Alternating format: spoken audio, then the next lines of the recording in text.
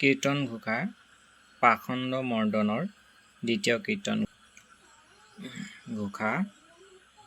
হৰি অ হৰি ৰাম মুৰাৰী কীৰ্তনৰ নিন্দা সহিতে নপাৰি।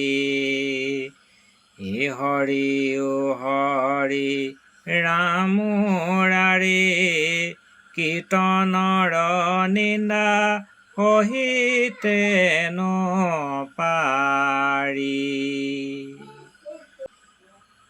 পদ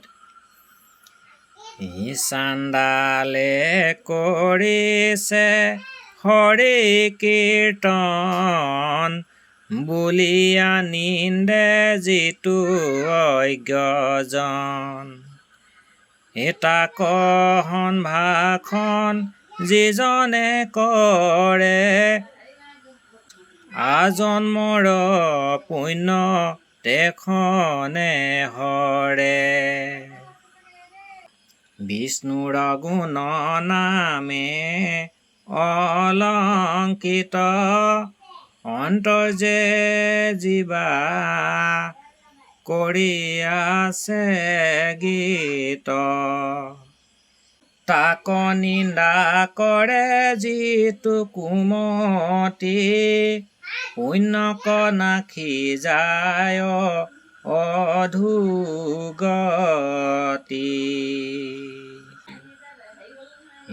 আমাৰ বোলে পতিয়ন নাই দেখি ওহুত সংহিতা কচাই। ৰজোগুণে কৰে কৰ্মত প্ৰীতি কৰ্মৰ দম্ভ ভাৱ বাঢ়ে নীতি।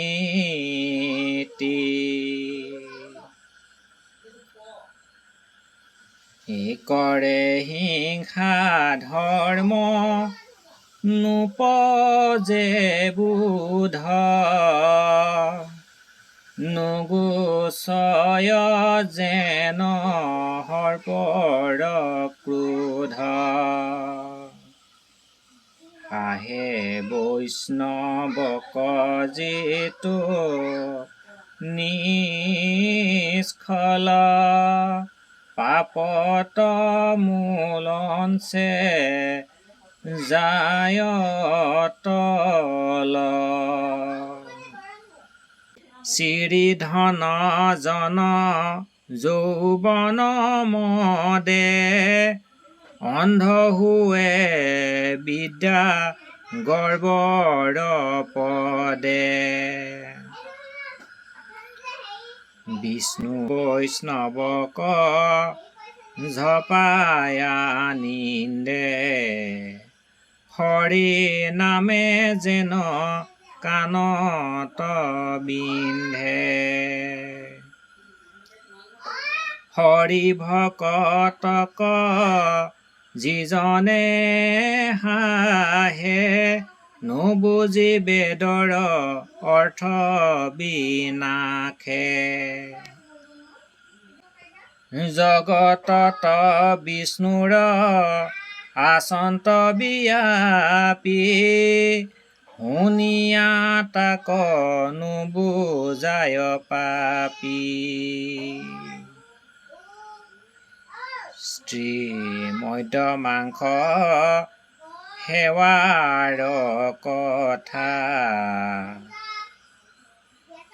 কৈ মৰে কৰে জন্মক বৃথা।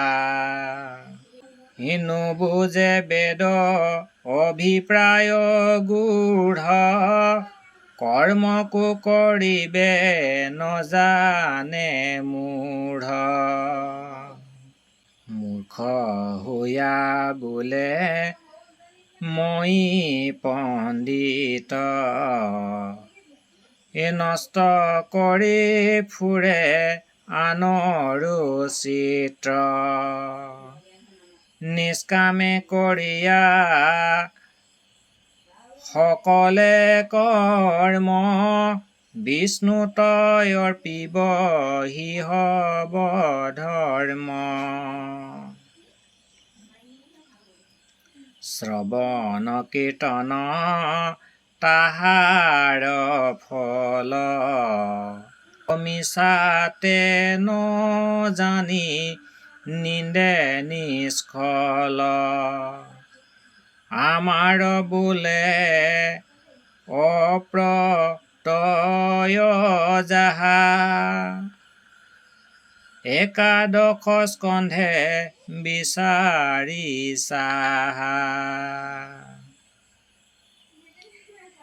বিষ্ণু বৈষ্ণৱৰ নিন্দা শুনিয়া নুগুছে কাণত আঙ্গুলি দিয়া সমস্ত পুণ্য নষ্ট হুৱে তাৰ নৰকত পৰে নাহি নিস্তাৰ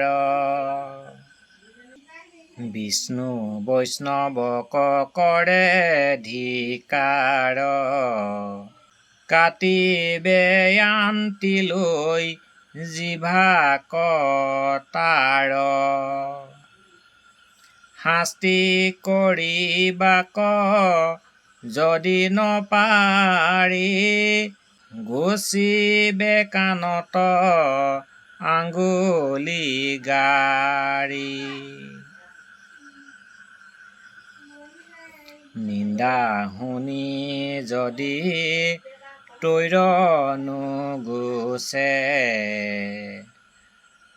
কল্পে কমানে নৰকত পচে যাইবাক যদি নাই আন থান তথাতে এৰিবে আপোন প্ৰাণ তেৱেহে হুয়ে পায়চিত্ৰয়াতি দক্ষৰ যজ্ঞত কহিলাহতি আমাৰ বোলে অপ্ৰত্যয় যাইবা চতুৰ্থ স্কন্ধত বিচাৰি পাইবা যত তপো ধৰ্ম বেদ বেদাংগ হৰি নাম বিনা নাহি হুহাংগ হেন হৰি নামে নাহি বিশ্বাস কিমতে এৰাইব মৃত্যুৰ ত্ৰাস দ্বাদশ স্কন্ধৰ তত্ত্বউধাৰি কহিলন্ত শোকে উপসংহৰি জ্ঞানতো কৰ্মতো কৰি সম্প্ৰতি হৰি কীৰ্তনেহে পৰম গতি উৰে বাৰাণসী ঠাৱে ঠাৱে কবিৰ গীত শিষ্ট হবে গাৱে তথাপিতো আখি ফুটিল তাৰ হৰি কীৰ্তনক কৰে ধিকাৰ শুনা সৰ্বজন কহু সাক্ষাৎ মূঢ়ৰ বোলত নাহি সঞ্জাত বোলো কয়াহি ভাগৱত চাই তেৱেহে জানো তাৰ মুনি যাই। পুৰাণ সূৰ্য মহাভাগৱত বেদান্তৰ ইটো পৰম তত্ত্ব।